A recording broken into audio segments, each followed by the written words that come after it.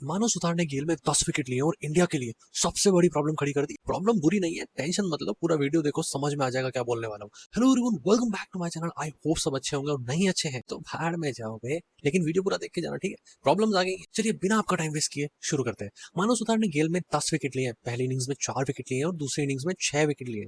और सबसे बड़ी प्रॉब्लम तो ये थी कि इंडिया को जिताने वाला जो लास्ट विकेट था वो भी मानव सुतार से ही आया था। So Manav Suthar has been brilliant in both of the innings और इंडिया को ना एक नया स्पिनर मिला है जिसके पास स्किल्स है, जिसके पास कोई टेम्पररी टैलेंट नहीं है। वो बंदा बहुत ग्रैंड होके आया है इस टीम में। सो अपॉर्चुनिटी मिली है एंड मानव सुतार ने उस अपॉर्चुनिटी का बहुत भरपूर फायदा उठाया है। अब इंडियन टीम के लिए क्या प्रॉब्लम है, बिकॉज मानव सुतार ने तो सिलेक्शन की वाट लगा दी ना बॉस। अब किसको बाहर बिठाओगे? जड्डू है, कुलदीप यादव है एंड मानव सुतार है। आप टीम में 3 स्पिनर्स को तो नहीं रख सकते एंड अगर रखोगे तो किसी पेसर को आपको सेक्रीफाइस करना पड़ेगा। और सबसे बड़ा प्रॉब्लम पता है क्या है? जो हेडेक हुआ है ना इंडियन टीम को सिलेक्शन को लेकर, बिकॉज मानव सुतार ने दोनों इनिंग्स में मिला के 10 विकेट लिए हैं बॉस। और 165 रन से श्रीलंका से जीत गई है इंडिया एंड डब्ल्यूटीसी की रेस भी इंडिया के लिए एक स्टेप आगे चली गई है। अब सो अब जो इंडिया के पास हेडेक है वो ये नहीं है कि मानव सुतार को टीम में रखा जाए या नहीं रखा जाए, बिकॉज बॉस आपको रखना ही पड़ेगा उसको, वरना तुम्हारी तो बॉस आपको रखना ही पड़ेगा उसको, वरना क्या घंटा जीतोगे तुम लोग। सो प्रॉब्लम ये नहीं है कि मानव सुतार को टीम में रखा जाए या नहीं रखा जाए, बिकॉज रखना ही पड़ेगा भाई। वो अगर ये शुभमन गिल बोलेंगे भी ना कि मानव सुतार को नहीं खिलाते हैं, भाई साहब वो कोच साहब अगर रोने लग जाएंगे ग्राउंड पे टीम मीटिंग में, अरे भाई नहीं नहीं रखना पड़ेगा इसको, तो जीतेंगे कैसे भाई। इसलिए मानव सुतार को रखना पड़ेगा आपको टीम में और उनकी जगह किसी आपको एक एक्सपीरियंस्ड आपके स्पिनर्स को सेक्रीफाइस करना पड़ेगा। और या फिर टीम इंडिया 3 स्पिनर्स के साथ जाने वाली है, बिकॉज कुलदीप यादव, जडेजा एंड मानव सुतार तीनों स्पिनर्स हैं। एंड अगर कोलंबो की कंडीशंस के हिसाब से आपको फिंगर स्पिनर की नीड लगेगी तो मानव सुतार का सिलेक्शन और ज्यादा स्ट्रॉन्ग हो जाता है बॉस। एंड अगर मानव सुतार का सिलेक्शन चांसेस स्ट्रॉन्ग होते हैं एंड अगर इंडिया कंडीशंस के हिसाब से अपनी टीम बदलती है या अपने कॉम्बिनेशन बदलती है तो इंडिया को किसी एक एक्सपीरियंस स्पिनर्स को सेक्रीफाइस करना ही पड़ेगा।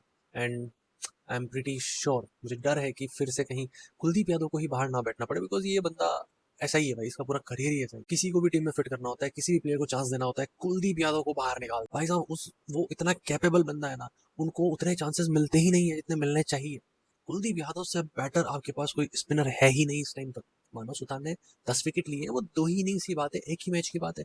But Kuldeep Yadav has been doing this since I don't know how many years. Kuldeep Yadav ने आपके लिए इतने विकेट्स निकाल के दिए हैं, आपको इतने मैचेस जितवाए, सिंगल हैंडेडली मैचेस जितवाए, स्टिल हम उस बंदे की कदर नहीं करते। आई डोंट नो कैसे टीम इंडिया फिट करेगी इस कॉम्बिनेशन को टीम में, इजी नहीं होगा, I agree with that. But Kuldeep Yadav को सेक्रीफाइस करना अगर होता है तो I don't think it's a right choice. I don't think Kuldeep Yadav को सेक्रीफाइस करना उनके लिए अच्छा है, उनके कॉन्फिडेंस के लिए अच्छा है। सो पहले ये क्वेश्चन भी नहीं था कि इंडिया को कोई स्पिनर चाहिए या नहीं चाहिए, लेकिन मानव सुतार के इस स्पेल के बाद, मानव सुतार के इस तरीके के परफॉर्मेंस के बाद इंडिया के पास अब एक क्वेश्चन आ गया कि इतने इफेक्टिव स्पिनर्स, 3 इतने आपके पास ब्रिलियंट स्पिनर्स हैं, उनमें से आप किसको खिलाओगे, किसको टीम में रखोगे, किसको नहीं रखोगे, बिकॉज आपको एक एक मोमेंट पर इन तीनों की जरूरत पड़ने वाली है। एंड बॉस यहीं पर टीम इंडिया के सिलेक्शन कमेटी की लगने वाली है। एंड सी एक चीज है कि अगर कोई इंसान इस तरीके का परफॉर्मेंस दे देता है ना तो उनके ऊपर एक्सपेक्टेशंस भी आ जाती है, ठीक है, कि अरे ये सेकंड मैच में भी परफॉर्म करेगा।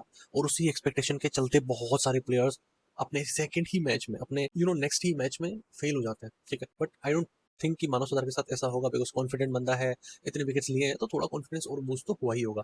बट अगेन, सिलेक्शन हमेशा नंबर्स की वजह से नहीं होता है, सिलेक्शन पिच कंडीशन कॉम्बिनेशन को देखते हुए होता है। सो अब देखना ये है कि इंडिया किन स्पिनर्स को कोलंबो ले जाने वाली है अपनी टीम प्लेइंग 11 में, बिकॉज कंडीशंस के हिसाब से ऑब्वियसली आप सिलेक्शन करोगे। एंड अगर आप तीनों खिला सकते हो तो it will be a great great move by Indian team, because अगर ऐसा हो जाता है ना तो इंडियन टीम के आगे श्रीलंका कहीं नहीं लगने वाली है। हम सेकंड टेस्ट भी जीतने वाले हैं, बस बैटर्स को अपना काम करना पड़ेगा बॉस, क्योंकि अगर बैटर्स फिर से अपनी लगवा लेंगे ना तो भाई रन नहीं होंगे बोर्ड पर तो बॉलर्स भी कुछ नहीं कर पाएंगे आपका।